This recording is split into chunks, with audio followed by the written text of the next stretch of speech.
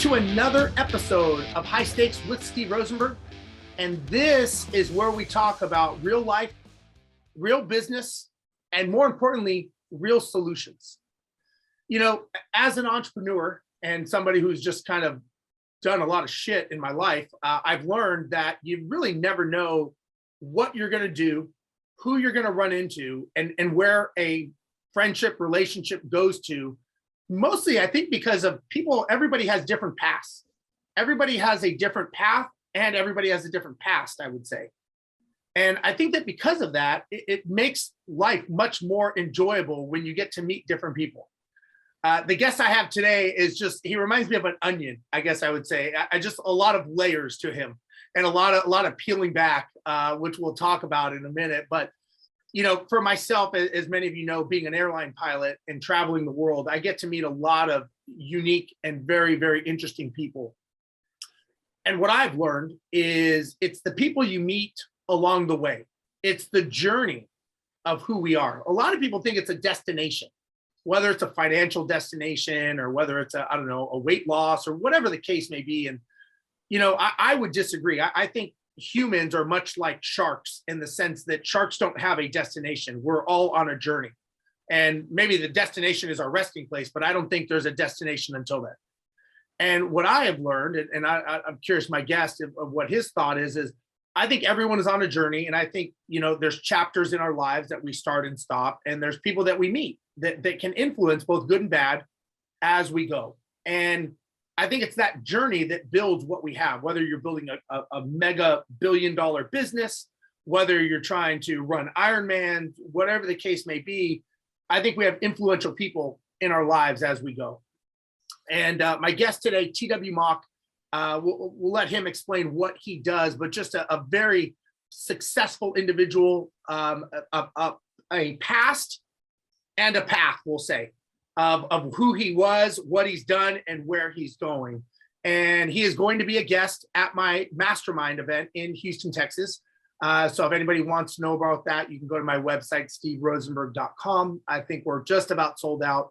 But I personally and selfishly asked him to come because I wanted to meet him and I wanted to have dinner with him and I wanted to talk to him. So I thought, well, shit, why not just use this as an excuse that other people can learn, but I want to talk to him and I want to get to know the guy and kind of become friends with him and learn more about him and who he is and what he does. So TW, thank you so much for being on today, man. I appreciate it. Man, I'm honored. I appreciate it. So if you could give the quick 2-3 minute bio, you know, like you always probably do on all these things of who you are, what you've done, and then I'd like to dig into it a little bit more. Sure. No, it's I've got an interesting past. I mean, started out in construction. Basically started out building custom log homes when I was 20. So my parents kept me off at 18 and told me to get a life. And that kind of led me down a road in Montana, and that took me to into South Korea, took me into Japan, built quite a few homes in Japan, 8 of them to be clear. Started an international scene in Japan and just kind of parlayed from there. Ultimately have been a serial entrepreneur all my life and basically written my own check. For only 2 people in my life have I ever taken a paycheck from. So everything else has come directly from what I've produced. So I always use the analogy, you eat what you kill. So, you know, I've kind of run in that mindset.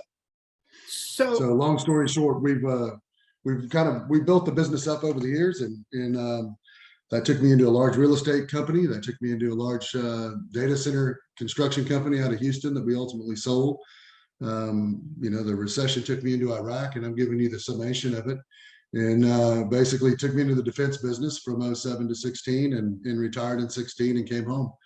So started my company now here in the States in 17 with our son.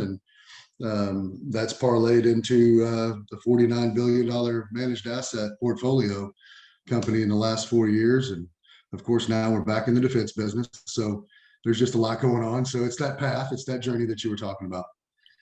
So when you say 49 billion, that is a pretty big number, right? I mean, that's not a number that you hear a lot. Does that, as a person who started off on your own and you know, obviously nobody gave you anything, you built it, you went and got it and hunted it and killed it, brought it back home. Does that intimidate you sometimes when you wake up and you think, holy shit, I've got a lot of responsibilities, people looking to me for answers, accountability? Like, what makes you keep going every day to keep wanting to build this bigger? It's interesting because, our recovery side is managing the 49 billion in assets. Our defense space, we're on track to do over 22 billion in gross revenue this year in the defense sector. So you look at our businesses and we employ about 3,200 people worldwide. So you look at the dynamics of the businesses that we have going on, and we have six. And yes, it does get overwhelming sometimes. You sit back and you kind of look at the entire risk in the risk mitigation side of it. And my mind always goes to risk all the time and liabilities purposes. So yeah, for me, it's getting your head around it, making sure your team is solid, making sure the people you have around you are a lot smarter than you are. And that's probably one of my greatest strengths, is simply understanding my circle and trusting them to do their job and simply report back. So in managing expectations too, it's kind of an interesting dynamic, because I find the struggle is real and it's all relevant, whether it's 1 million or whether it's 10 million. The pressure points are still the same. They're just bigger zeros. So it's that mental compression that people get into as leaders and business owners, that, it's the fear of the unknown. And that's something that I've always embraced really well. So let me ask you this. Would you say, like, as a whole, the business of TW Mock, right? You've got all these businesses, but there's the business of you. Yeah. Would you say, are you doing this to be better than you were? Or would you say you're doing this not to be worse than maybe you were in the past? Like, what drives you? What propels you forward? To be better than I was yesterday. Okay. Just simply do it better and be a better human being. A lot of people don't know, I'm an introvert by nature. I've not been an extrovert. I've not been out in the public forum. I don't really step out there a lot. So a lot of people don't know the background and the history around our companies and around me. And I find that I find that to be actually interesting, because the industry, or different industries, they look back at it and they see the success, but they don't understand the dynamic. So for me, I don't know what the purpose is 100%. I know this sounds different, but I know what it's not. How does that sound? I know what the wrongs are. I know what the rights are. We're very purpose driven around giving. So we love to create, but we love to give it away. So that's something that is kind of a new, I say new, it's always been in our forecast and our business models, and really some of the purposes behind the companies, but it's now become more prevalent than it ever has. And it's not about fixing anything yesterday. We just know that we have the power to effectuate change to people that necessarily may or may not have the opportunity to do it. So we pride ourselves on being able to impact people financially and impact groups or organizations or anything like that, but we have to have in order to give. So, I think that's, to answer your question, we're generating this massive momentum, and that's creating opportunities for us to go out and do different things in the market, whether that be giving or investing in new startup companies or anything like that. So let me ask you this: as someone, we're all most entrepreneurs are very driven, right? You're driven, I'm driven. Most people in general, we're a type of personality that keep pushing forward. And I always ask the question, like, if you reach the pinnacle, right? You have a $49 billion company, and collectively, and you've got other things. I always want to know, like, when you look at astronauts that go to the moon, if you look at Olympic athletes and they reach that pinnacle, well, there's nowhere to go from there. And so, what's the next step? So for you, what is that moon? What is that gold bar? Like, what is that to you that you're pushing? Are you pushing towards that, or are you just pushing to be better than yesterday? That's an interesting conversation, because that's one that we've been having internally a lot. I'm 52, and my wife and I got to a place, empty nesters. So we're talking about bucket list items and just starting to play. And do I really need to do this anymore? There's an interesting, and this is going to sound very interesting, because when I was in the Middle East, there was a sense of being alive that I've never felt again in my adult life. There was a sense of living, and I know that sounds very, it almost sounds sadistic to me, because it was just a business of violence and a business of constant pressure of death all the time. Right. And I've come to find that's a missing link in the business world, in my world, because it's something that drove me. It gave me a purpose to protect. And it was this weird feeling of just being alive. So in the business world, I find that the numbers are what drives me. Is it's got to be around massive purpose. But what drives me to do that is I get very interested in big numbers, and I get very interested in very complex, very intricate missions that have historically failed. So I end up picking up things that nobody wants to do, and I end up doing things that everybody walks away from. I'll walk into it because it challenges me to engage it to a level that I haven't. So yeah, there's a level of fear back there, but the company is being driven now on the defense space. It's basically being driven 100% on the need. See a need, fill a need, and that's being driven off the current compression in the world today. So there's an interesting dynamic going on there that's kind of built that sector up very quickly. Our recovery side is all about protecting and serving. It's all about serving. It's about protecting our clients. It's about turning their properties around in a very short amount of time. I mean, we're one of the fastest in the market. The insurance carriers have pulled back to us. Some of the largest in the world have pulled back to us to help shorten the lifespan of claims and just simply bring their commercial properties back online faster. And our program has done that. So, we've built a purpose around the company, and then the company started generating a lot of revenue. So that was kind of an interesting dynamic. I didn't go at it from generating massive amounts of revenue.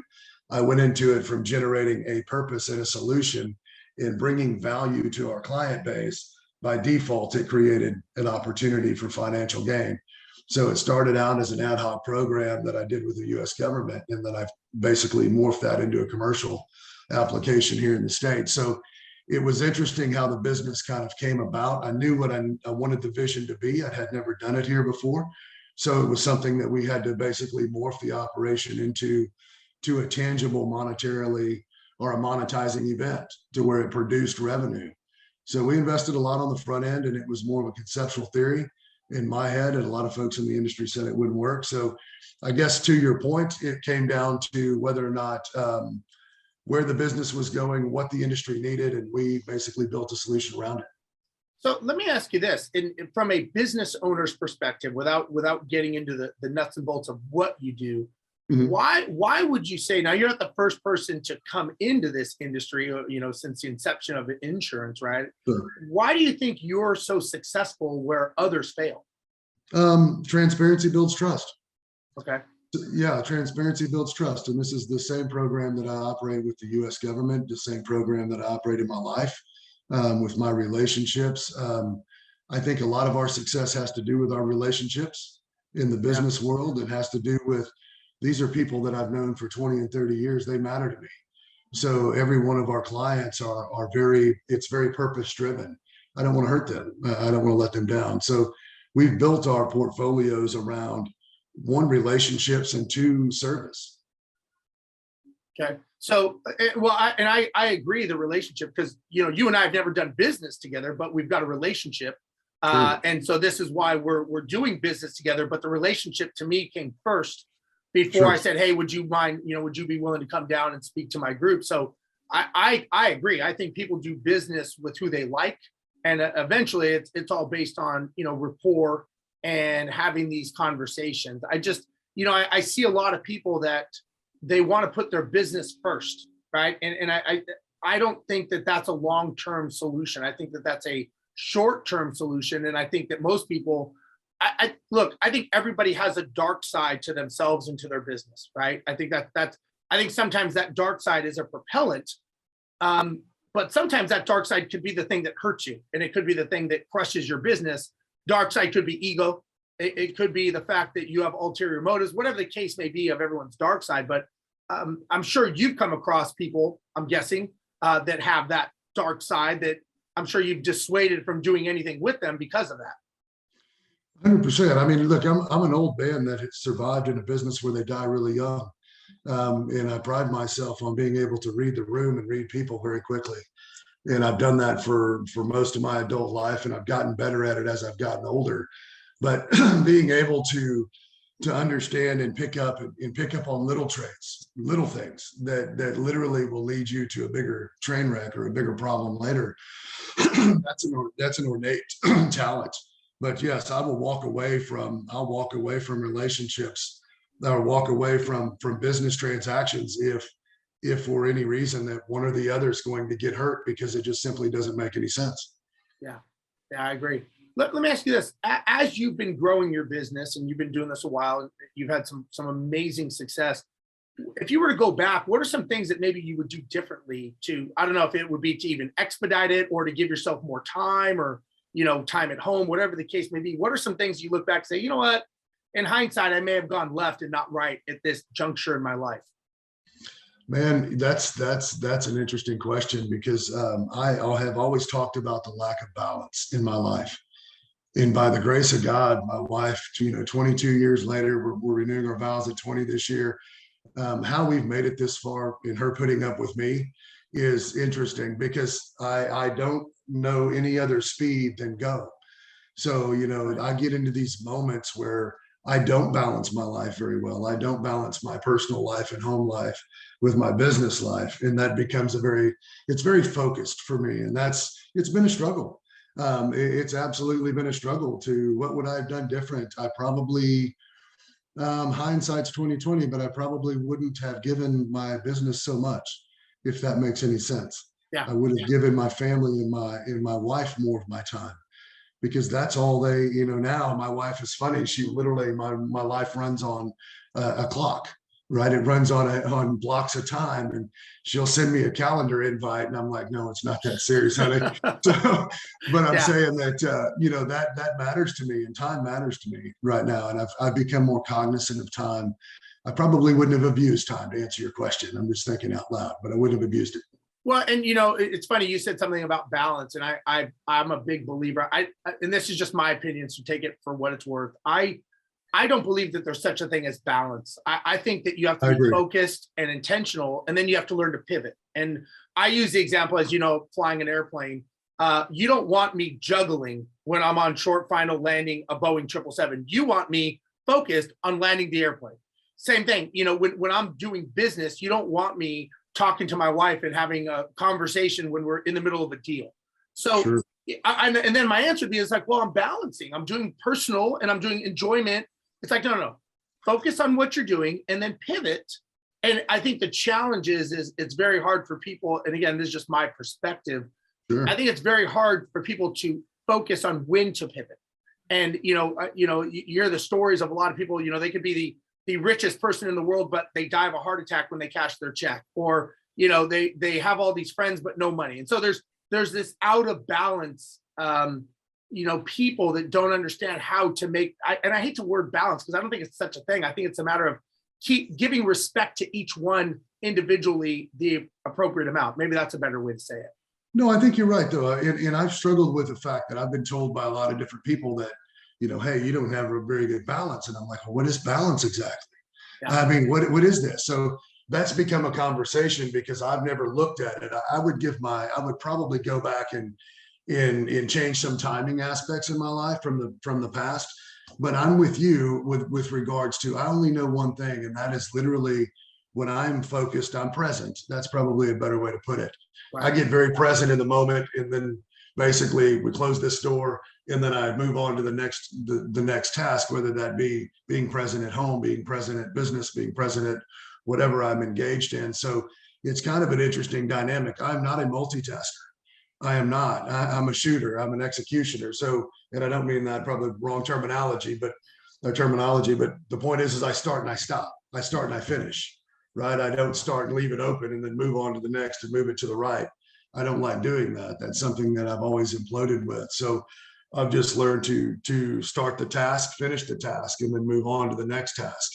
And I'll do them in tandem depending on what the teams are doing. But ultimately, it comes down to just simply production and just being very productive in your day. So you don't have to necessarily juggle 15 balls in the air and juggle your personal life when you have a good team of support around you in a business.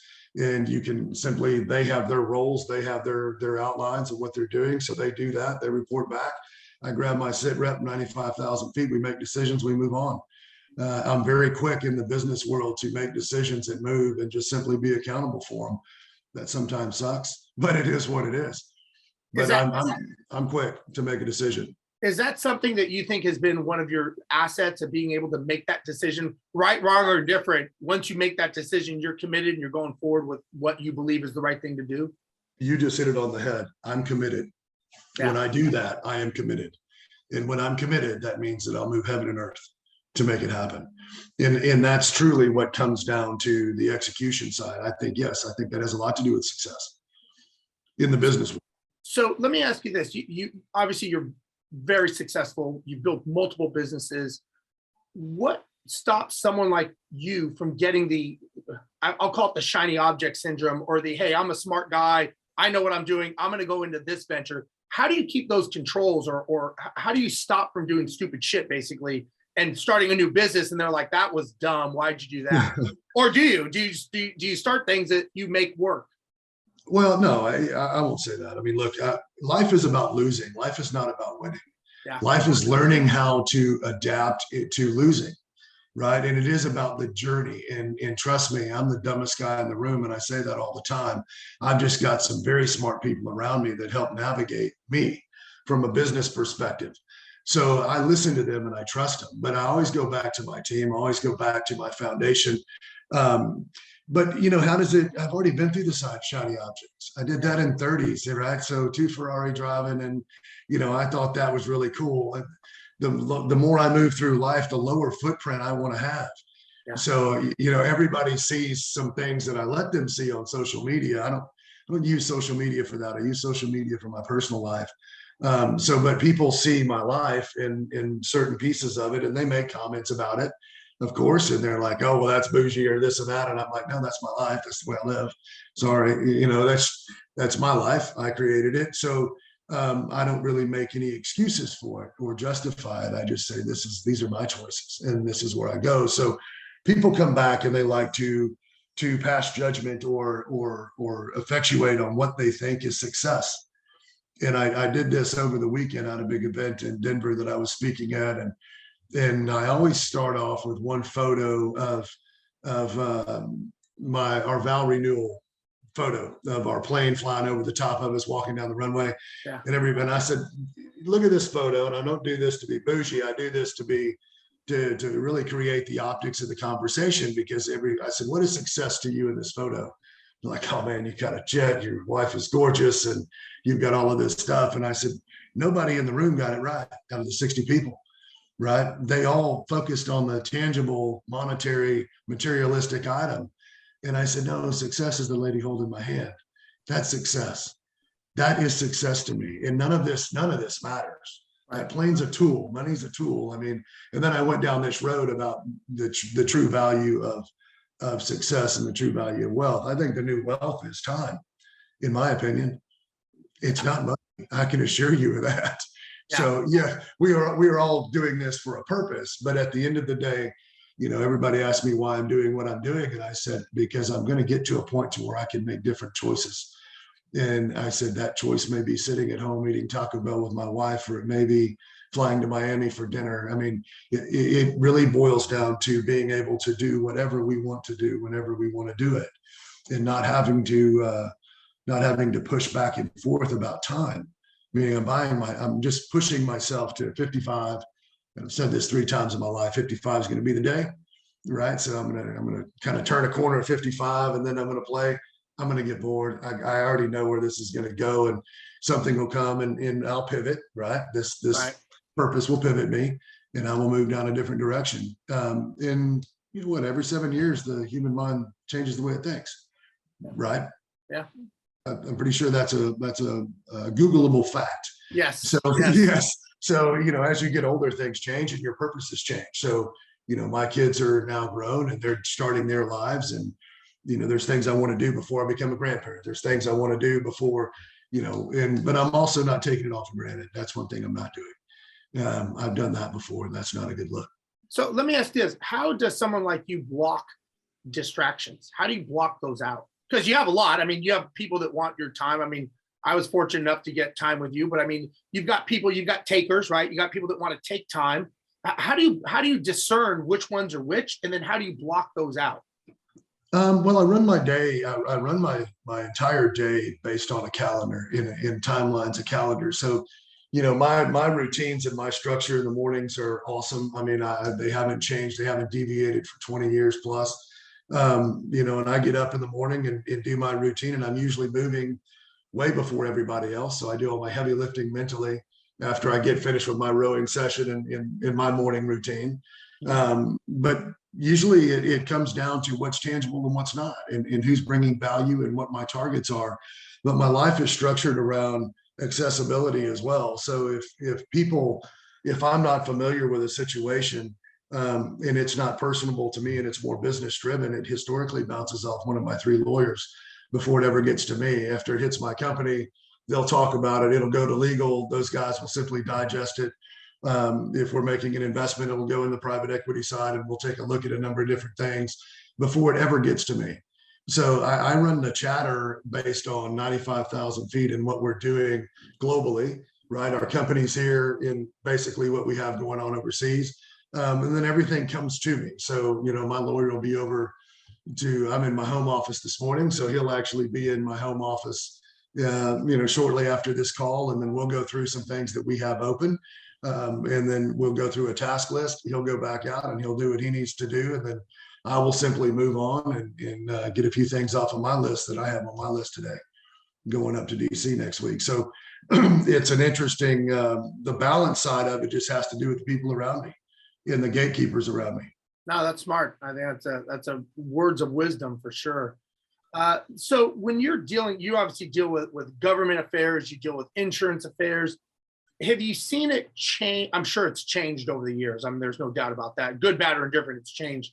Are there things that you see as inhibitors to your business? Are they, and how do you turn that around? Because there's obviously entities bigger than you that are deciding certain things of the auspice that you can operate in. How do you deal with that when it's something above you and all of a sudden they're dictating out a change and you may or may not have a say in it? It comes down to managing expectations. I know dealing with the U.S. government, I know that that's an intangible. There's a number of things that I can't control in that environment, especially when it comes to the political house. So, you just have to learn how to adapt, and you have to understand the dynamics that policy is going to change, whether that be with the U.S. government or whether that be with large reinsurance companies of some magnitude. Things are going to move and they're going to be organic, and you may not always understand the agenda. But you simply, if you're codependent on one particular situation, the odds are that situation is probably not going to end well for you. So I treat business like I treat the blood vessels in your heart, and I always use my hand as an analogy. So I like multiples, right? So at the end of the day, if this one, the Widowmaker, were to get clogged up financially, there's four other ones that are running just fine. Right. So I just diversify heavily, and I've done that once where I had one single point of failure in a business world. That's what took me to Iraq. I've never done that. I've never allowed or I've never pulled off of one revenue stream since that point, since that potential failure that I had in my life in 2007, on the verge of bankruptcy, didn't file bankruptcy. We were able to manage through it. But the real estate market just beat us to death. Right. And then we went out of 2007, we went into 2008, and made the most money I'd ever made in my life. So it was just a pivot that, I'm defeated when I get on the plane headed to Iraq, and then come out of that. And it's one of the greatest moments that I've ever had financially. So it's interesting how that pivot worked. Was it a hell of a risk? Yes. Did I have anything? Did I even have the knowledge of what I was doing? No. But I became an understudy, and I committed to the process and just simply kept moving through it. So I've learned to adapt very well, and I've learned to adapt in very compressive situations. Business can be extremely compressive, just like a battlefield or just like a war zone. And you know how that is in the cockpit. You sent me a video of a landing that was just insane, and I should have videoed one, not to segue. We landed in Omaha last week or 2 weeks ago, and I tell you what, I thought of you when we were landing. And my pilot turned around to me and he said, "Man, you made me work for this one." So Earning your money, man. You got some days you earn your money. That's right. So let me ask you this. So based on what you were saying, you got on the plane and defeated, deflated, and then obviously you turned it around. In hindsight, do you look at that and go, okay, you know what? That was, now there was realities to that, obviously, but was it also perspective? Was it your mental positioning? And you go, you know what? Fuck, I just changed how I thought a little bit. And it actually changed the outcome of where I looked for solutions or whatever. Like, what did that shift? It was a pendulum shift because I was coming off of a time in my life when I was extremely entitled. So my companies were basically doing okay. We basically I had done something I had thought was that was all created by me. So ultimately, we went down the road, and I was coming from a place of very entitled. I thought that everybody owed me something, and it was a pretty good break check for me to come back and realize that nobody owes me anything. And I hadn't really built much. Actually, I had just run a business that had made some good money, and I had pretty much squandered it all, to be honest with you. I mean, and I was spending, I wasn't investing. So I always lead back to this, and this brought me to a new place in my life of just understanding that changing the way you think about things will change, right? I can focus on the negativity of something in absolutely. Our son raced motocross for 16 years, and I use this analogy with him. If he focuses on the tree when he's racing, he's going to hit the tree. Right. If you see the other rider, you ride past the tree, you ride past the rider. Do the same thing in business. I was just simply focused on the crisis, and ultimately I was going to implode with that crisis. But in that particular moment, I saw something else, and I took the risk and focused on the solution and alleviated the problem. So I say this a lot in business now. I spend 2% of my time on the problem and 98% of the time on the solution. What that does is it changes my entire mindset on how I view the business compression or how I view the compression in general, because at the end of the day, nobody's shooting at us, right? So it's really not that bad. So I just take a different perspective on it, and I say, well, here's the problem. Okay, well, let's get in the solutions business, left to right. So I jump on the solution and start building my mindset around solving that problem, and it just takes me in a brand new headspace. I mean, it takes me away from the drama of the problem and simply puts me into moving the ball down the field and moving the business forward. So what advice would you give to someone who's kind of getting it? Maybe they're TW, of today, right? And they're just getting started, and they're full of piss and vinegar, and they want to conquer the world. And, they see what you're doing. What would you tell someone of what to focus on, what not to focus on? Or if there's we've got entrepreneurs here listening to us, and you've gone through a lot of these things, what advice would you give that you think would be lasting advice? I think there's three things that I would give people. One, the first thing that I would do is say, believe in yourself. If you don't trust the man in the mirror, I promise you the rest of this is irrelevant. So, and I've struggled with that too in my lives in certain pieces of it. Second is breathe, is just simply breathe, and slow down to go fast, because everybody is in this rush to just push shit in the market. Man, be good at it. Be great at it. Don't be good at it, right? Perfection. If you're looking for perfection, you're never going to find it. Right. I'm OCD, and I drive for perfection. And I've had some very big business mentors in my life come back and say, you know what, T, here's the problem. The problem is you're expecting everyone to do it like you're going to do it, and they're never going to. So you've got to let them breathe. You've got to let your teams do what they need to do in their own flavor.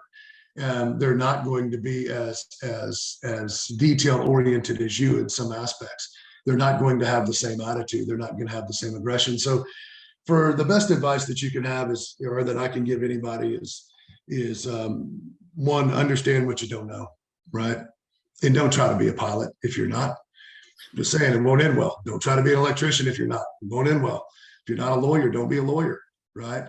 Yeah. There are subject matter experts in the world that literally step into those roles and take care of them for you.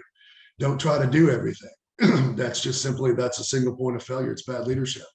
And then I would say spend a lot of time self-reflecting on where you're going and what your purpose is in your business.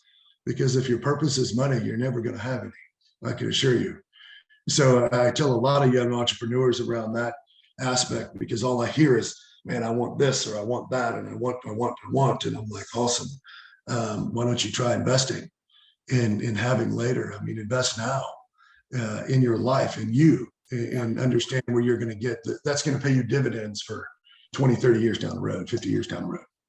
Yeah, 100%. And so let me ask you this, with who you are now, who you become, was it hard for you to realize these lessons, to let go? Because I know some things I'm good with letting go, and other things I'm like, I don't know if I just want to let that go just yet. And maybe I'll let a fraction of it go, but it's tough, right? We all think we're the best at everything we can do, especially if it's something that's near and dear to our heart, of a business that we built or something. How did you go through those processes of going, you know what, maybe I'm not the best person to be the electrician, the pilot, the plumber, the lawyer type thing?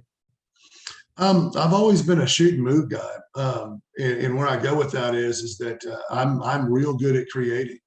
And it was probably my stepfather that he owned an offshore pipeline company in New Orleans. He had an 8th grade education, basically went to Buds back in the 50s, before the SEAL program and all of that came about. And he was one of the most brutal men that I knew, meaning as far as his presence. And he was hard to grow up with, but he taught me a lot in business and taught me a lot in life. And it was, you don't have to be the smartest guy in the room to actually own it all. You just have to be able to have hold them accountable, get the right people in place, take care of them, right? Build that team, tie them to skin in the game, right? But at some point, you've got to let them build, and you've got to let them grow, and make sure your SOPs are true and correct. So I guess to not to get long-winded with that, my businesses are built on, and how I circumvented myself on compression. They were built on SOPs, and they were built on sustainable programs. So where the business doesn't have to run with me. I just have to it's not codependent on me. It's codependent on me looking at balance sheets. It's codependent on me looking at general 95,000 foot view of business compression, financial compression, things like that. But I've learned that I don't like the weeds, and they don't like me in the weeds, because I'll break shit if I get in the weeds. That's the reality. So yeah. I want to solve the problem quickly. So usually it's neutralize the threat. That's where my head goes all the time. So I'm constantly wanting to if there's a weakness in the system, I want to shore it up. If it doesn't shore up, then I move it out of the way. If we have supply line issues, then I want to turn around and buy that weak supplier, and I want to start building the bottom of the asset base, because if we continuously have problems, I don't want to spend any more time dealing with that than I have to. So I quickly deal with it. So my teams historically don't like me in the weeds. That's what I'm trying to say. They want to keep me up in the clouds. They want to keep me looking at the broad spectrum of everything in the overview. But if I see something wrong in numbers, I can typically tell where my business is failing, and I can go straight to it, go straight to the problem. And I may not see it immediately, but it's in that nucleus, right? And I'll find it real quick, and they know that. So, it's just the checks and balances of the leadership as well in the company, So it's not something that I even want to get engaged with anymore. I'll pick up a shovel if I need to. I'll get on the ground if I need to. I don't want to. That's the issue. That's the other problem. So, and what I took from that, and what I'm a big believer in, and I know you've used the 95,000 foot view. I always say 30,000 feet. But it's the detachment, right? It's to be able to be detached from a situation, to be able to look at something objectively, to be able to, and from another perspective as a business owner, I would say that's working on the business, not in the business, and being able to do that. And I've always learned that the more you can detach and be objective and be able to look at things from that higher perspective, which I think a lot of business owners, they're always saying, I'll do that when. I'll do that when. And I'm like, you don't understand. That when is never going to come, because you're not going to be able to do it. Even 10 feet, 100 feet, 1,000 feet to start, that is a start to getting that detachment. But if you never make a plan to detach, you're never going to get to 95,000 feet, because you're never going to get out of the weeds, at least that's how I look at it. No, you're 100% right. I mean, look, from the restoration side of our business, you understand in 20, I got extremely sick from Hurricane Sally. We flew into Sally for one of our clients, and during the hurricane, we landed in Mobile on the backside of it.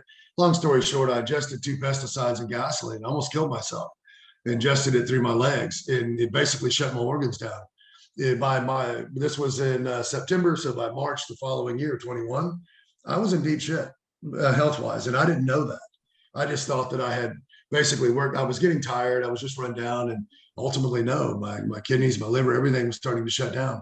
This is the point that I'm bringing up. My company was not, at the time, we had not built that succession. We had not finalized all those SOPs. So when I had to focus on my health, then we started building all those. We basically started finalizing a lot of the details, because ultimately we didn't have that checks and balances or that system in place of when that was going to happen.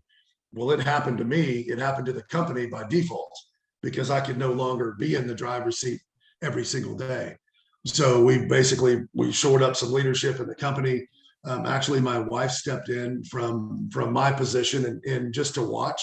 And people don't realize how much she does in our business world. I mean, she's run our business and basically my oversight for the last 23 years. We've been together 22 years, and she touches everything. I mean, I have to ask her for money. I mean, that's how this works. So I get it. like, hey, hang on, she's like, no, you can't, that kind of thing. Yeah. So, she stepped in and ran the business. Not that she knew the business, but she knows business, right? That specific business. So she understands the balance. She literally left seats me a lot in with the leadership of our company. So she's constantly engaged in that from a CEO perspective in simply driving the business. It's worked well, with the exception of one aspect in the business, and this was a failure. I became the largest salesperson in our company, because everybody we do business with on the restoration side are people that I have dinner with. They're my relationships. So my billionaire relationships would not engage my son, would not engage my partner. So it was just an interesting dynamic, a big learning curve for us, because we hadn't, I took it for granted. I absolutely took time for granted. And it came back to slap me in the face. So it was one of those things that you think you have it figured out, right? And it's just a small business. We're just moving down the street. It's not that serious. Well, no, it gets that serious, especially when you're moving numbers around like that. So things in the succession in the business was not correctly established. The right players weren't in that team, right? So we did a lot of reorganizing last year. A lot of change went on, and that's single point of failure, bad leadership. I'm pointing at me, right? It was me making decisions and me simply not allowing, or just keeping control of the company when I needed to relinquish control of the company to the leadership, and trying to micromanage it. The company was new. I mean, we're 4 years old. We've grown this very fast. So that fast growth is bad growth, in my opinion, right? Infrastructure cracks, how this works. That historically will break a company apart. It'll shatter it. So we watched some of that shattering going on, but I'm real quick to kind of scoot back in and understand the dynamics and start putting that leadership in place, and simply step back away and let the process run itself. Well, explosive growth is, I've always learned, like in a flying term, it just takes you to the crash site quicker sometimes. So, it's like, be careful what you ask for. I've always learned, like, if you want explosive growth, you have to have the back end infrastructure and systemization to be able to support that. Because if not, you lose clients, you piss off people, you lose time dealing with stress and bullshit that you should have never dealt with, but now it's in your lap. They're like, okay, TW, you want to be the guy? Here you go. Now you got to fix it. Well, it is. And and I say that my biggest concern is the reputation. I've got one thing left in this world, and that's my word. So if our brand gets bruised or battered by bad leadership and fast growth, that's on me. I mean, that's just a failure that happened from the leadership. So the brand is built on just simple delivery and just simple, and just transparency, honesty. I mean, we're not going down a road to BS anybody. I'm not selling some pie in the sky. It's just simple. We are in the delivery business. We are in the actuation business. So for me to drop that ball and hurt this company at any level would be absolutely horrendous for me personally. So it won't happen. I won't let it happen. And whether that means I get out of the way, which I'm synonymous with building quick, and then I move out of the way, because I don't like, I'm real good at the momentum and the friction. And then I bring leadership in to start running the companies. Dana Energy Iraq is one that we built in 10. It's a $4 billion oil and gas company today. And that company was literally started with 3 of us on the ground. I sold out of it in 16, but the leadership's still there. The company was never designed for me to lead it. I ran it because I was on the ground in Iraq. I had the oil and gas relationships. So I build the momentum, then I bring the leadership in to run it, and then I move away from the company from a daily operations perspective. I'm real good at doing that, in bringing the right leadership in, because at the end of the day, I'm usually burned out by that time. Yeah. Usually 3 or 4 years in, I'm burned. Yeah, you've expended it's like a rocket ship getting to space. There's a lot of energy just to get it moving. Yes. Then there's other people, other systems that can take control from there. You're kind of the heavy lift, it sounds like, to get it to orbit, basically. I'll take the risk and get it to orbit, right? And that's something that I think everybody in my world is. I am synonymous with big risk. I'm synonymous with taking action. I'm synonymous with financially positioning and things that makes everybody else nervous. But I'm also very cognizant of understanding the dynamics of the compression, especially in a startup business, especially in ground operations, especially when there's just a variable of intangibles in business that'll simply knock most people off of their kilter, off their target. I usually stay pretty steady in the middle of the chaos. So, I've learned where my lane is, and my lane necessarily isn't Fortune 50 at the top of the food chain. It is owning it all, but it doesn't have to be running it all. So it's kind of an interesting dynamic for me. I'm real good at building through the compression where those leaders would not be. Those leaders would get just absolutely destroyed on the ground in a firefight. In businesses, just like war. I mean, when you're starting a business up, you're fighting for every inch, and it's hard to hold your integrity, hard to keep and manage all of the balances that go with building a business and coming out the other side actually still tangible, still bringing value, still have a reputation left, and you hadn't sold your soul to anybody.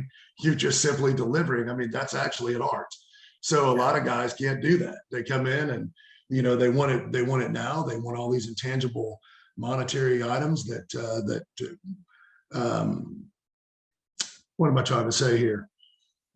I guess all the materialistic items that everybody's focused on right now is what I'm hung up on. I keep going back to this more and more and more. I don't care about Lambos. I don't care about any of that stuff. Right. So what I care about is I always look back at the people, and I look at the individuals and the people in the room and understand who they are better than they understand themselves, probably. So it's interesting. When I was first getting in this world of business and learning all this, and I had mentors and coaches, and I remember one time one of my mentors, he said, Steve, he said, look, you're going to be successful. You're going to make money. He said, you're going to have all the toys and all the shit you want. He goes, and then you'll make more money, and then you'll buy nicer toys. But he said, let me tell you something. He said, what you need to do is you need to buy memories. He said, it's all about the memories. He said, it could be dinner in Greece at dinner time on the Mediterranean. He said, it could be a safari in Africa. He goes, shit, it could be watching the Rolling Stones in Wembley Stadium because they may not be around forever. He goes, buy memories, don't buy things. And he actually had a memory book that he would write down. He had restaurants he wanted to go to, he had concerts he wanted to see, and he had places he wanted to visit. And he wrote that down in his books. And he always said, he goes, I always keep this with me. Whenever I got an idea, I write that down. He goes, and then I'll put a date on it. He goes, I'll go home with the family. He goes, I'll put a date on that of when we're going to actually make that a reality. And I never forget that. And I always think about what memories do I want to create. And it sounds like that's what you're saying. Well, it is, but I'm more about time and memories and experiencing things with my family and my wife that I've ever been. I mean, look, we lived in Dubai, lived on an 88-foot Princess. I mean, we've lived a life we've lived a memories life, right? But I only remember all the compression. That's the crazy thing. I don't remember just simply going on a vacation. I don't do that. Right. That's not something that we've ever done very well. So now it's, shaved lives, right? So I've literally took me 8 months to get a reservation in this place. A lot of people don't even know what that is. So I struggled. Then COVID happened, right? So I had to cancel that. So, that's on my bucket list, and just doing things like that, of just simply saying, hey, you know what, we're gonna stretch out over the pond, or we're gonna go to just do whatever. And I've realized that I'm becoming more present on my presence, if that makes any sense. It more does. cognizant presence. Yeah, it does. So you're coming to Houston. Yes, Again, I'm honored to have you as a guest speaker. can you just give a quick kind of what you're going to be talking about, what you're going to share with our, it's a very intimate group, very small hand-selected group of entrepreneurs and people that are trying to, get to the next level. What knowledge are you going to share with them? I'm basically gonna roll through. I've been working on a couple of different, I guess, tidbits that would bring value to the average entrepreneur or the average person, whether he's an entrepreneur or business or he's working in a business. But basically, I'm going to talk about time, value, money, and then I'm going to talk about accountability. Yeah. But give them a quick recap, and I've got it broken into different segments. But basically, a quick overview of understanding that if you think you can't, right, you can. I promise you, and that's how this works. In the mental discipline sometimes that it takes in certain moments of your life to actually take your life to the next level, because it all starts with the individual. There's moments in my life when I have actuated mentally, and it's had a profound outcome. Whether that be saving my life, I'll talk about that a little bit. It was actually my 12-year-old daughter at the time that saved my life. She just doesn't know it. Yes, and I'll talk about that on the ground in Libya. But it's all about, it truly comes down to mindset and understanding, changing the way you think about things. But time, value, money. So I'm going to send you, I'll send you over a quick slide deck. You can kind of read through it and kind of get a general idea of kind of where my head's going with it. Okay. But it's something completely new for your event, because I want to bring some massive value. Historically, there's not a dry eye in the room when I get finished. Yeah, I'm waiting. I can't wait to have you come down and talk and engage, have dinner, and get to connect. I think that's what this is all about, in my opinion. It's all about the people you meet on the journey, and amazing people like yourself and your wife. I'm going to meet her, so I think it's going to be great. I mean, I can't wait to meet you personally, and I think that's what this is about. And we're honored. Look, I'm honored that you even thought about putting me on there. I mean, it's early in the morning, and for the record, I had a crazy flight last night coming in from the West Coast. I had a improv meeting. So it was literally 4.5 hours at my plane last night. Had to jog around all these storms. So I literally landed, got about 4 hours of sleep in here this morning. So if I'm a little groggy, a little off, I'm just running with the schedule right now. But no, it's, the struggle's real. That's all I'm saying. And it comes in every tangible bucket. Doesn't matter where you're at. All right, so I got two final questions for you, and this is what I normally ask guests as a kind of a finisher, and you can take your time to think about it. The first question is when it's all said and done, when you're sunsetting and you and your bride are sitting on some porch somewhere, what do you want to be most known for? What do you want people to say about you?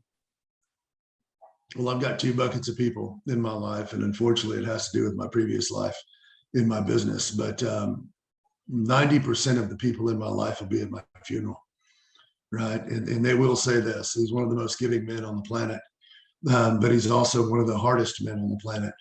And that's an interesting. I don't know what they're going to say about me. Honestly, I don't. I know what my reputation is. I know what my legacy is right now. I think it can be better. I think it can do a lot better. So to answer your question, I'm trying not to answer it because I don't know. Honestly, I don't know. I know how people perceive me. I know what I believe in myself. And this is going to sound absolutely wrong. And excuse my language for, for saying it the way I say it, but I've quit giving a shit what everybody thinks a long time ago. I just have. My actions speak louder than any words I could ever talk. So in my actions success leaves clues, actions leave clues, intentions, character leave clues, yep. Right?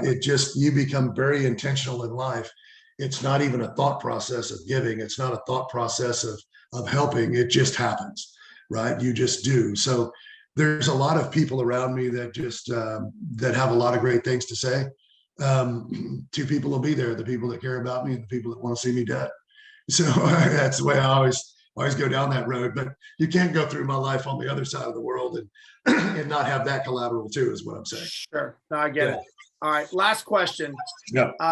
If you could have a conversation with somebody, or a drink, a coffee, whiskey, whatever it is, whether they were alive or dead or even real or imaginary, like who would you want to talk to, and what would you talk to them about? Man, I don't think you could zero it down to one. I'm looking forward to having coffee with you.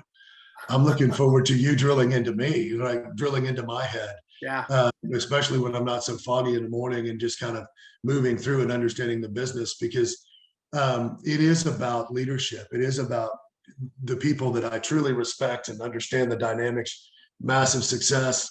I don't look at myself. I don't look at myself as successful. I look at myself as struggling. That's the reality, because I'm constantly fighting through compression in business. I've never been there.